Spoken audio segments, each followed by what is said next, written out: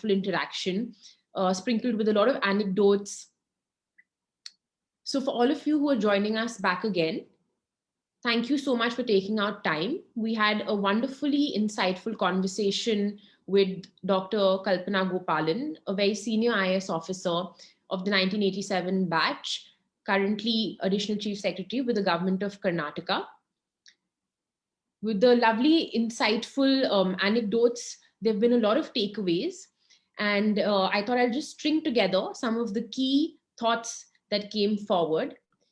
Ma'am showed a wonderful presentation where she touched upon different aspects of her personal and professional life.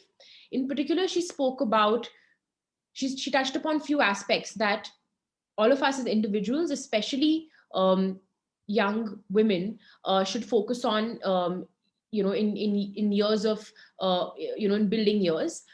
Firstly, the importance of investing in yourself. Secondly, the critical importance of building support structures, reaching out to people in times of need, building those safety nets. Thirdly, she spoke about the importance of marching to your own, to the beat of your own drum, to creating your own niche, your own path. She also added by stating the importance of finding an interest and having passions that are outside our educational or workspaces.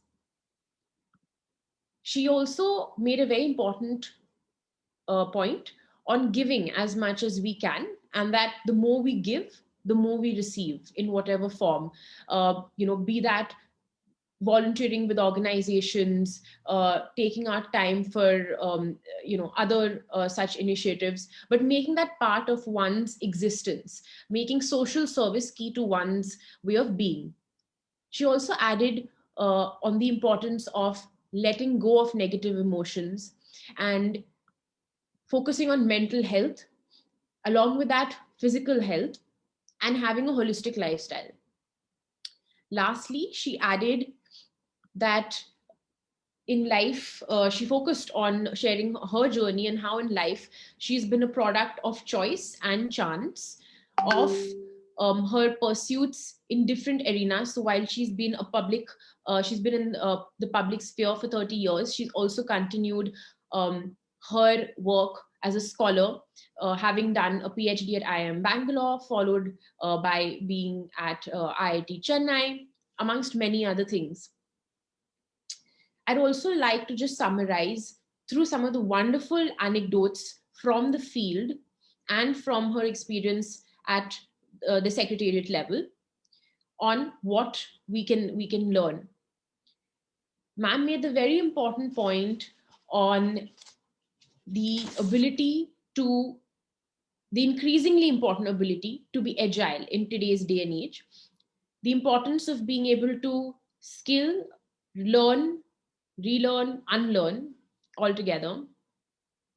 Along with this, she spoke about her own journey, where she believes that she has gone more from being somebody who was very precision engineering driven in terms of her schedules, her way of functioning, to being more flexible and fluid in her way of being.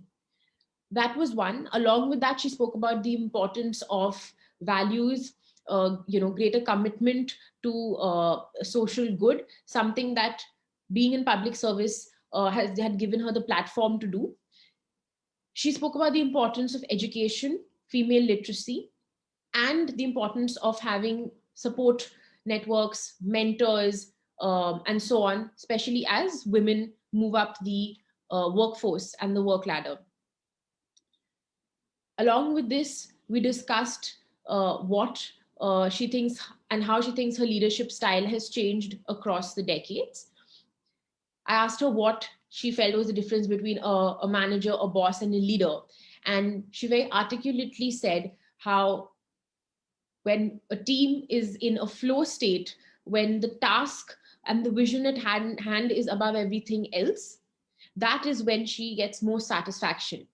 So the takeaway being that for all of us, structures are secondary, and the larger the goal towards which the work is undertaken is primary, and therefore these identities, these notions, these structures are really secondary. And to that, she added that for her, even something like gender, while they may have been instances where she's felt subtle aspects of gender discrimination, because that really is a legacy. That legacy of differentiation is something that all women have to deal with.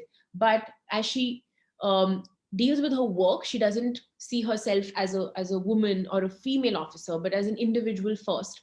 And that this is probably something that we should keep in mind: building our skill sets, our resources, investing in ourselves as an individual, and not gendering ourselves, not being gendered and not gendering ourselves.